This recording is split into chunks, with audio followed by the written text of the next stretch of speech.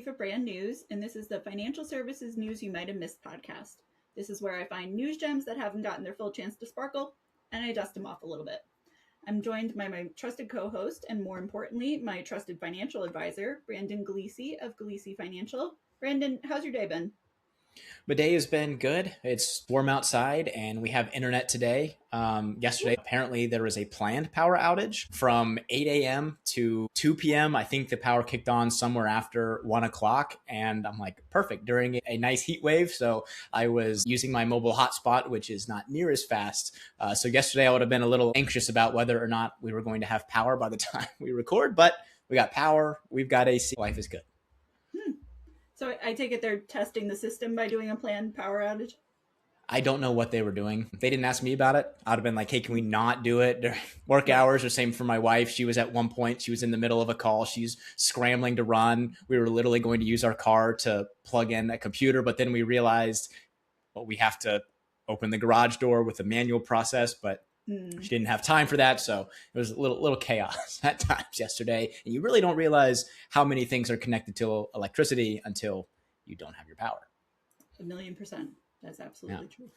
Yeah. But what about you? How's your week been? It's been good. Work-wise, everything's been good. So I was one of those people, I didn't get the enhanced driver's license back when I should have, which I'm now kicking myself for. So now trying to get that before I go to Disneyland in August. And it's like, gotta get it done. But fingers crossed. And if everybody will cooperate, I will get on a plane. Otherwise, I was sadly asking, can we take a train there? Can we drive?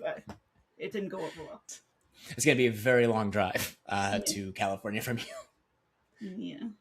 Yeah. Nobody was really liking that response. Yeah. No one jumped at that one? No, not so much. Like 3 12-hour days probably is what it would be. Oh, easily, yeah. But anyway, our first piece of news this week is from Zip via its State of AI in Spend 2026 report. The study found that companies who use AI deeply are seeing 6 times more return on investment than those who are just basically testing AI out. Although there's only about 17% of organizations at this magical 6 times ROI state. Zip's report seems to show that there are 2 different kinds of organizations in the market, what they call the builders, who are using lots of AI, and the bystanders, who are just watching it go by. The data also found that 29 of the companies have consolidated or cut staff as a result of AI efficiencies, 29% of companies, and 19% plan to do so. So I know we talk about AI a lot. I felt some of this was pretty interesting, but I would love to get your AI take on it, as you are more AI-rific than I am. Ooh, AI-rific. I like that. That's a good word. I think the thing that jumped out to me was when it talked about how the data was showing that the deploying AI, how deeply you're doing that was actually more important than just the straight top line. How much are we investing? So how deep are we going versus just how much are we spending? And to me, that makes a lot of sense, because I think I've shared on this podcast before too, where there are so many amazing AI tools. Even just take the financial industry by itself, not even, we'll call it the broader economy. And if we're constantly chasing shiny objects, which as entrepreneurs, it is very hard to not do that sometimes, hand up on that, so easy to chase things. We might be spending a lot of money on all these AI tools, but never really using any of them to their full capacity. So that's why for me, I recommend to almost anyone who's getting into AI, pick a few tools, have a specific purpose for using them, and mainly stick to those. Because I know for me, I only really use 2 main AI tools. I use Hazel and I use Perplexity. Perplexity is my broad-based one. And even Perplexity, I've used it for 2.5 years, something like that, where it just gets me so quickly. It's coming up with proactive insights even after I ask a question. It's tying even I'm looking for golf clubs, for example. It's tying, because you're a certified financial planner and you have this analytical brain, these are the clubs that I'd recommend for you. Like, it has all of this context, my favorite buzzword, because I've been using it for so long. So I think this makes a lot of sense that companies that have more success have probably fewer total tools, but they're going a lot deeper. But what are your thoughts? Well, that's interesting. So I had imagined that deep meant more like have a greater tech stack or have more of a bench. So instead of it just doing the financial planning, it's doing that and the custody work so that's how I was imagining deep to be, which I felt like then I could understand why there's such a few firms that are going that deep, because let's be honest, I feel like we're all basically, other than a few, at the surface level and trying to scratch down a little bit. So it's interesting. I also felt like that stat about the number of companies that have consolidated or cut staff and those planning to do so is interesting, because we've also had on the podcast stats that are one way on it, stats that say then another way, like maybe we're going to have more staff, but we're just going to deploy them in different areas. So I would be curious if all of this creates a sudden job loss, and then whether it's months, whether it's a year, hopefully quickly for anybody who loses their job, that there's sort of a redeployment of people into another area. We'll see. Right, because we keep seeing studies that are conflicting with each other, to your point. Some are, oh, we're getting rid of all of this workforce. Others, oh, we don't plan. We just plan to shift employees into different capacities, into different roles, allow AI to do the AI stuff and let the human being still be the overall brains behind the operation and managing the projects and things like that. So it is interesting to see these studies that, I mean, we could cherry pick if we wanted to. If we wanted to build a case for why AI is taking everyone's job, there's articles out there like that. If it's AI is not taking a single job, we can find articles that probably are leaning more towards that side. So it is interesting to see how it'll play out. Everything in between. Absolutely. Our second piece of news is from LocalImpact, which had research showing 88% of American consumers have skipped working with a business because of negative online reviews. In its State of the Online Reviews 2026 report, almost 79% of consumers won't consider a business with less than a 4-star rating, and 27% will only work with firms that have 4.5 stars or higher. So when I saw this, I'll be honest, even if I'm looking at Amazon and looking at products and I'm trying to decide between like, oh, this shovel or like that, whatever, if something doesn't have 5 stars or pretty close to it, that's sort of my take on like, oh, it must be horrible. But it's interesting to see that kind of response to it. What were your thoughts? It seemed to make sense to me because same thing, Amazon example where I like the shovel example because it really is kind of a commodity. And obviously neither of us are in construction. It's not like we need the best shovel in the entire world. We might have one house project that requires a shovel, but even then, yeah, it would probably fall into that 27% that only looks at a business that's 4.5 or higher. So on Amazon reviews, yeah, 4.5 to 4.7, probably the sweet spot. Again, especially for a quick decision like that, where I'm not going to spend hours researching a shovel. It's like, okay, it's going to be good enough. But let's say it is something more important, or golf clubs. I've already mentioned that, but something that I'm more passionate about. I'm probably going to be reading some of those reviews, even look at some of the 1 stars, because sometimes even on Amazon, if you look at the 1 stars, they're just like, this delivery was late. I'm like, well, that has nothing to do with the product at all, but it's still counting towards it. So sometimes it is interesting to go through and see, well, for the negative ones, what was the reason? Because it may or may not be important to your use case. Because someone could say, hey, this didn't hold up after 100 straight days of digging ditches. It's like, okay, well, I don't need that. So not important to me. Yeah, totally. And if you are, Godspeed to you that you're digging dishes for that long. But it's brutal. So the impact of the negative reviews, even when I was thinking about public relations, I feel like the positive news on the one hand picks companies up a certain percentage, but whenever there's a negative news event, it just, for whatever reason, and I think it's human tendency, that negative just drops it down so hard that you have to do how many positive things to then outweigh the fact. And to your point, it could be something as benign as like delivery was late.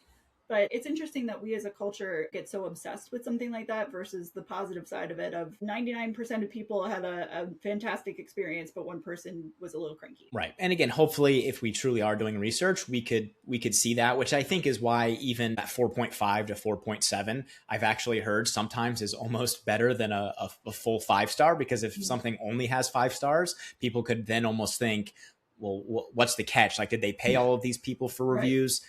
And I think, too, it's worth noting that depending on the product or service we're talking about is also going to change things, where when we're applying it to the financial planning industry, a lot of firms aren't even able to do reviews based on their compliance. And some states are wonky with those kinds of things, where I really do think from an advisor perspective, we're probably going to be getting only 5-star, or there could be, hopefully not, but could be a 1-star. Probably a current client is not going to give their advisor a 3. They're just going to not leave a review. But recently, and we were talking about this before the podcast, I think I have gotten at least a few clients who have Googled me. And right now, at least I've got about 28 5-star reviews on Google. And right now, that does stand out. So I really do think that as long as you can do it, if your compliance allows it, your state allows it, I think that's some of the lowest hanging fruit for financial advisors right now, where it doesn't really take terribly too much time to go through and have a process to ask your clients, and it can end up being really valuable. Well, to your point about compliance allowing you, or whether it's state or federal regulatory rules, I think people should check out Wealth Tender's CEO Brian Thorpe had written about basically how compliance a lot of times becomes the scapegoat or the excuse for, oh, but compliance won't let me do it. But actually, if you went and you asked them, you could do it, but you can't do XYZ or whatever it is, they want special parameters. So I think that people should really look into whether that's the case or not, instead of just sort of throwing up their hands and saying, no, I don't feel like doing it.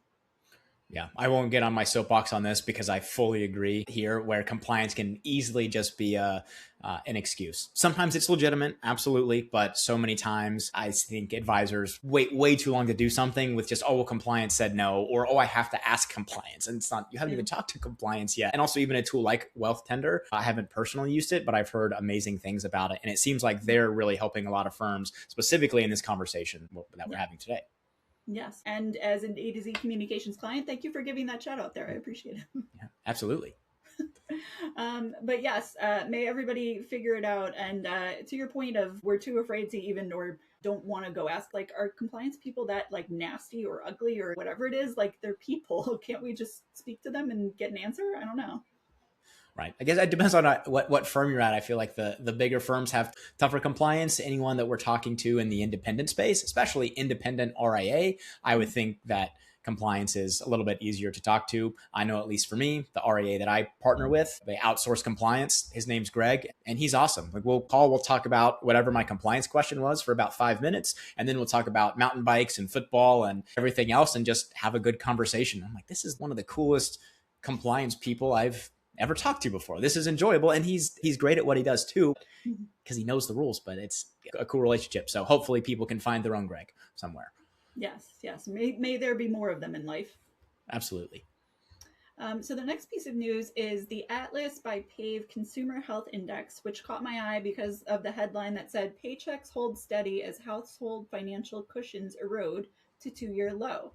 According to this, income has been steady for 6 straight quarters, but credit card usage is up.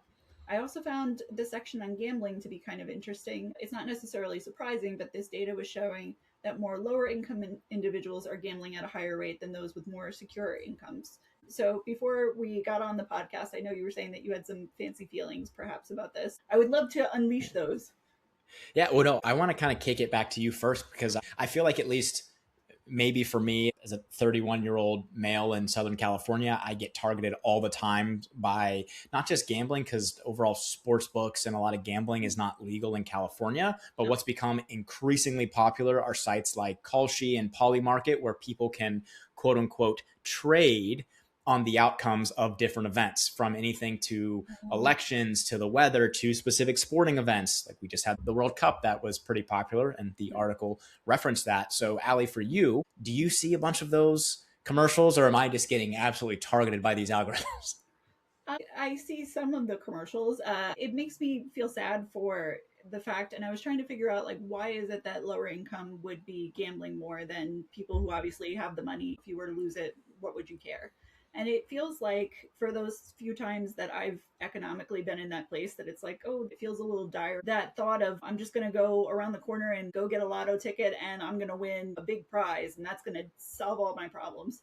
I think it's that emotional feeling of it's just so bad that I can't even think my way out of just get a part-time job or just spend a little bit less on XYZ or whatever else would solve the problem. It just feels like I just have to go get a lotto ticket. But I don't know. Those were my feelings on it. And I think that checks out. I mean, I don't have the data off the top of my head right now, but that is what I had heard, where lotto tickets are, the vast majority of buyers of those are lower income. So I feel like we're seeing the same trend just on online gambling, or, again, it's even more bizarre that a lot of these places, it's called trading, because you could effectively trade on, say, a Los Angeles Rams game in California.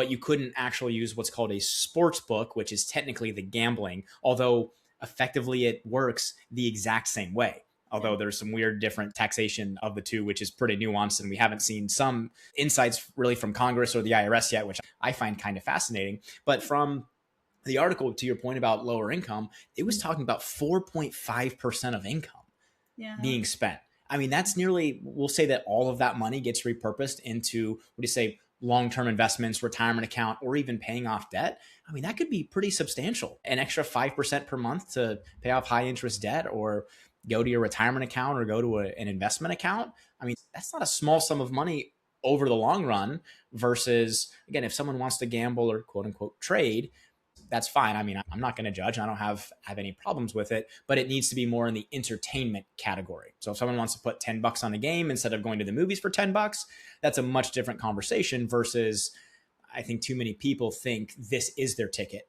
out, so to speak, like you brought up. And I think that's when it can become clearly an issue. Yeah.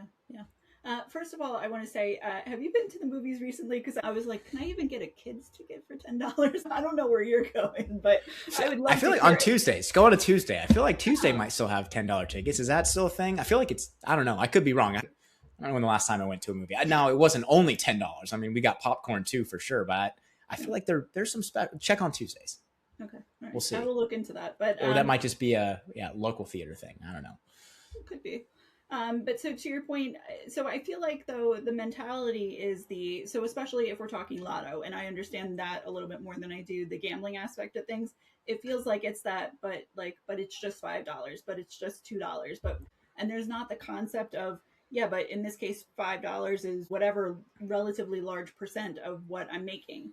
It just seems like it's just that innocuous small amount. So I don't know if then it would help to raise the amount of these things so that it was more insurmountable or whatnot, what would curb that. But it does feel like it's just that, oh, whatever, it's no big deal. But obviously to some people it is. And it's right in your pocket. I mean, that's the challenge, where at least before you had to go into a gas station, convenience store, or even a casino.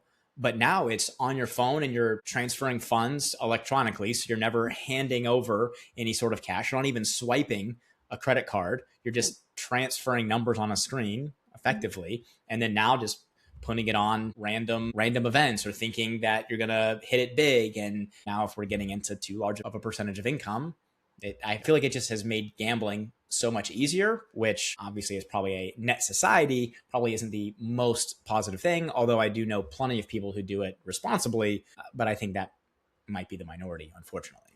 Yeah. So getting to the point of people's cushion eroding. So I can totally understand that, especially given all the inflation, all the increase in prices and whatnot. But then I would be curious, especially from a financial perspective, does that signal then some kind of oh, we're going to see some kind of economic downturn? Or is that just look, it's a hard time. Maybe the two chasms of wealthy and not wealthy are going to get a little bit wider than what there is normally. And hopefully they'll come back more toward the middle when things get better. I don't really know. Yeah, so I don't know as a whole what it would potentially do economically. Of course, if a bunch of people are maxed out on credit and are unable to get more credit, and now there's a bunch of defaults, that could obviously be a problem. But I don't think that this lack of liquidity is a new issue. I mean, maybe more people are starting to have these problems for the reasons that you already mentioned. But I mean, I've seen studies from years ago, remembering that it's a pretty small percentage of people you have or even have $1,000 as an emergency fund. It was a much smaller number than you would think. Can't remember it off of the top of my head. And that was years ago, before we're talking about some of the inflation things. I think it's not a new problem, so to speak, but maybe more people are starting to have issues as wages have stayed more stagnant compared to inflation, like you mentioned. Yeah. Whether it's people having to find extra employment, tighten their belts a little bit more, which we'll talk about in a little bit, may that alleviate for those people who are experiencing that, because I'm sure watching that cushion erode after you've built it up is quite frustrating. Absolutely. So the final piece of news this week caught my eye again with a great headline. It said, national survey, middle-income Americans are adjusting, not giving up, as rising costs reshape household budgets. First of all, I appreciated the fact that we're adjusting and the not direness of not giving up. So that was great. This is the latest Primerica Financial Security Monitor. survey, which found that 71% of participants think their income isn't keeping pace with the cost of living, but 46% have successfully cut back on their spending this year, and 32% have stuck to a tighter monthly budget. With this one, I thought that it was interesting. I don't know why it is that salaries haven't really caught up to everything else. If somebody could start fixing that, that would be lovely. But in terms of people being able to cut back, it was really encouraging for me to see that people, whether it's sticking to that tighter budget or whether it's saying, I will get to whatever house project that I wanted to do next year, I appreciate seeing that kind of restraint. But I would love to get your intake on this. I was impressed at the same data that you were, Allie. I was surprised that many people, 33% and 46% respectively, were able to do something to manage it, whether that was tightening the belt, like you said. Hopefully that was some additional intentional spending, maybe delayed purchases, like you just mentioned too. But I did think that was positive, meaning that hopefully people are feeling even in control of what they can control. None of us individually can control inflation. We can't exactly control necessarily what our income is. Obviously, as business owners, we have a bit more control, or if someone's in a sales type field, sure, there's cases that there's a little bit more control than others. But if people are feeling at least a little bit better that, hey, I can cut things that hopefully they weren't valuing a lot either. I know that eating out gets hammered a lot, or subscriptions, but it's how do we just be intentional with spending? So hopefully people started this with at least some level of awareness of where their money's going. Because once we're aware, then we can make those intentional decisions where I didn't realize I was spending this much on X. It's actually not really worth it to me. Or it's enlightening where it's good to know what I'm spending on it, but that's absolutely a value add in my life. So now I'm going to keep spending on that, but hopefully do it guilt-free, because you're going to cut somewhere else that wasn't bringing as much joy and value to your life and your family's life. Yeah. Yeah. So I would be curious from you. So I know that you do a very good job personally of keeping track of, well, this is going up and this is going down and this is what this cost and whatnot. And I give you a lot of credit for that. I feel like I am personally this month was maybe a little tighter. I'm curious why, and then don't really figure it out and just try to do better next month. But yeah, I don't know if there is a better way not to get ourselves into this position in the first place versus then, to your point, having to like, oh, well, let's cancel 10 of those subscriptions that I could care less about. Maybe it's just then, to your point, being more intentional about like, do I really need XYZ subscription? Probably not. So I guess I shouldn't purchase it in the first place. Right. Like all personal finances, I'll always say there's never an always, or there's not always and never advice is not great. You see that all the time when it even comes to budgeting. So I think each person's situation is going to be unique. Most people, though, in my humble opinion, at least the people that I work with, typically don't need to do that every dollar budget, because what I think happens there is, and I think especially as your income starts to go up, there are just so many dang transactions where if you're not making hardly any money at all, maybe you're the type of person that an every dollar budget might work for, or you're an engineer mind and it works for you, great, keep doing it. But for most people, I'm more of a fan of finding a tool, finding a system, finding a process that just allows you to get that awareness piece, where I wouldn't recommend just putting a bunch of financial documents into, we'll call it public AI. Make sure that you're using a more specific finance tool, but something like that could be helpful, where you're sharing spending data. Again, make sure that everything is secure. Don't just be putting this into ChatGPT and giving all of your personal sensitive information away. Maybe there are apps out there as well to gain an awareness. If you're spending only on one main credit card, review that credit card statement, or just simply review transactions. So again, all this rambling to say there's not one right way to do it, but I do think it's important to find some way to help you feel more of an awareness, because I think once you do, and we're talking the broad you here, you're going to feel a lot better overall, even if it's scary at first to be like, oh, I don't want to know what I spend. We got to get at least the awareness first. Absolutely. So I love one of the points that you made, that basically as we continue to make more, like basically we just also continue to buy more, because I'm seeing myself personally in this category of like, oh, well, the business is doing a little bit better. It's not that like I should profit a little bit more and like maybe squirrel that away for whatever day that something comes crashing down. It's the like, but I can afford to do XYZ that I couldn't do before. Isn't that great?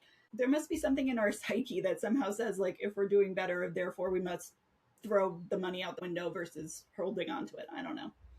Yeah, it's something deep-seated psychologically, I would think, because I can't remember this survey either. So don't even quote me on the specific numbers, but it talked about people at different income levels. And it was always, well, what number would you need to sustain a little bit better month to month? And it's always a number higher. And then even if they would come back to those same people years later, they might be making that number that they initially said, but that goalpost is constantly moving. And I think it can be both a blessing and a curse. I think we'll even take goals. It's good to have different goals, or it's good to have a goal potentially to earn more to provide for you and your family. But how do we still also be grateful in the present? Because if we are just constantly moving the goalpost and never taking the time to take a pause, look back to see how far we've come, well, then we're going to be in this constant cycle of, I would argue, it's excessive striving. Striving is fine. Excessive is, of course, where things go wrong, and we'll never be happy, because if we think, oh, once I hit $1 million in my portfolio, that's when will have quote unquote made it. Yeah. We might get that quick dopamine hit once that your balance is that, and then it's, well, now I want 2. Then you hit 2. Well, now I want 5. Well, now I want 10, and it's never going to stop. So how do we also stop and smell the roses, if you will? Yes. I love that. And I appreciate that kind of intentionality that you're giving money. So actually, it just reminded me, the AGC, its second book just came out, Even More Than Money. And one of those chapters I know from Larry Sprung is about his brother-in-law passing away, and the realization that basically you live in the present, and, for all of the, I saved into a pension fund and I this and I that, and it was going to come in the future. If your future never comes, then ultimately what was the point of any of this? So it does seem like there needs to be this balance of, yes, got to save for the future, and hopefully that happens and it's beautiful. And on the other hand, got to live life, because nothing's guaranteed. Completely agree. I mean, it's the tagline of my firm: maximize life today, plan for tomorrow. How do you find the balance of both? Love it.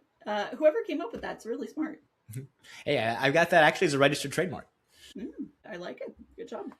Yeah, thanks. Well, thanks as always. I know that this was research heavy this week, so thank you especially for going through all those things and always having intelligent points to make. Thank you, Brandon. Yeah, you're welcome. This was a lot of fun. I love diving into the data, and research is a lot of fun because we get to share our feelings and our thoughts and opinions on how do we think this number has come to be. So this was another fun conversation. Thanks, Allie. Yeah, thank you.